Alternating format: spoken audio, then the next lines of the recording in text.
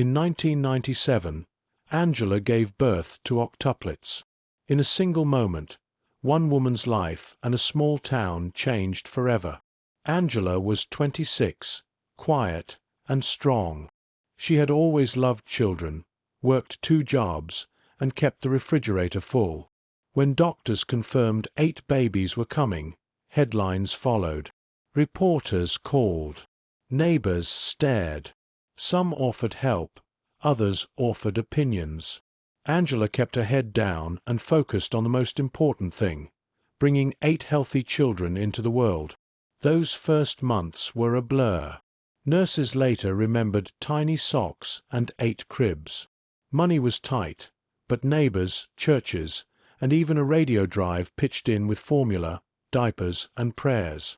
The biggest challenge was time. Angela learned to divide herself into patience and attention, telling bedtime stories in rotation until her voice became their constant.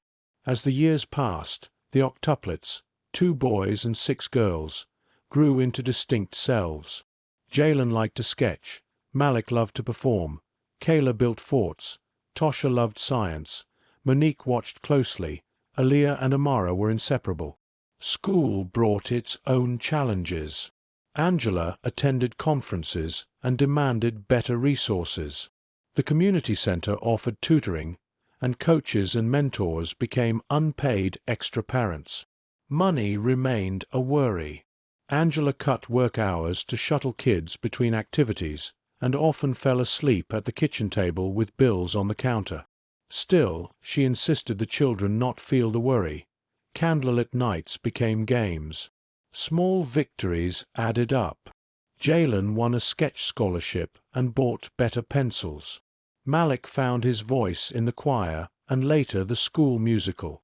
Kayla's plays entertained neighborhood kids. Tosha earned a science fair award.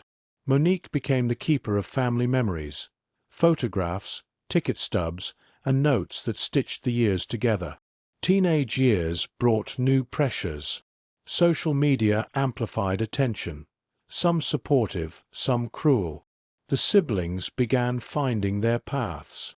They were students, artists, athletes, thinkers, complex and resilient. College applications were both fear and pride. Angela saved, neighbors chipped in, and scholarships appeared. Success wasn't linear. Malik faced homesickness and almost dropped out until a counselor and late-night calls from Angela steadied him. Tosha felt the strain of a pre-med track and learned to ask for help. Jalen struggled to monetize his talent until local design work helped him get started. Monique juggled internships while studying social work, driven to help families like theirs. Aaliyah and Amara supported each other through long nights and uncertainty, always finishing one another's sentences. At 25, each sibling carried the past like a map. The community that once organized bake sales showed up for graduations, recitals, and gallery nights. Angela, once the subject of sensational headlines, became the quiet pride behind every clap. A turning point came when the siblings decided to give back in a way that honored what had helped them. They created a foundation focused on affordable childcare and support for large families. It began modestly, a community program offering after-school care and parenting workshops, but it grew quickly. Donors, neighbors, and a local official took notice.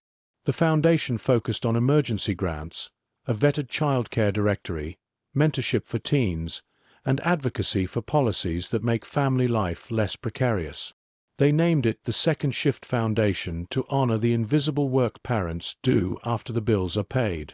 Malik raised funds through youth arts programs. Tosha designed accessible science workshops. Jalen built a platform for small artists and designers.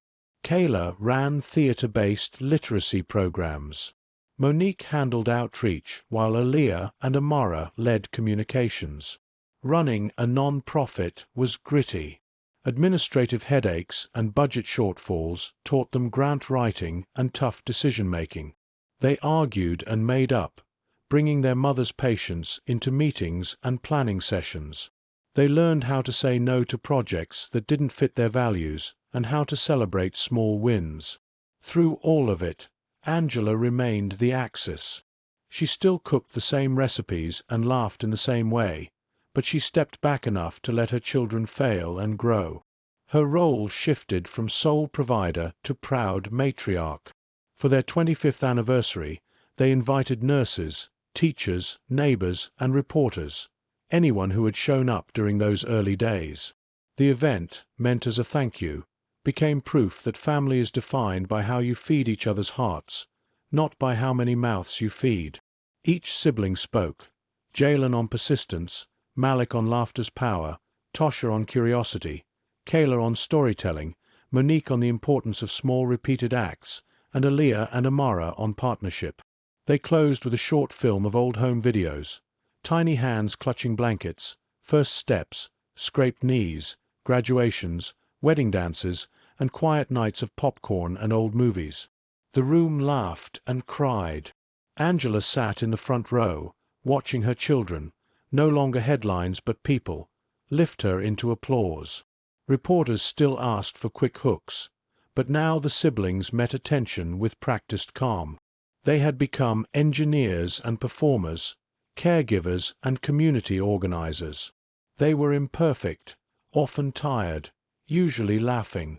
If one lesson stands out, it is that resilience is both ordinary and extraordinary.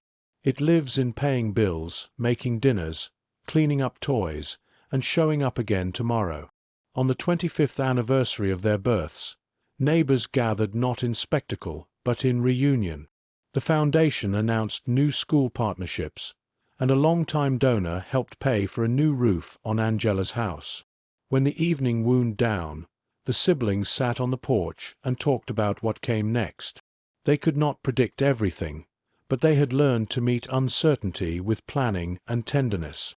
Angela breathed in the laughter of 8 grown children and smiled. Their lives had been built from countless ordinary moments that, together, looked like a miracle.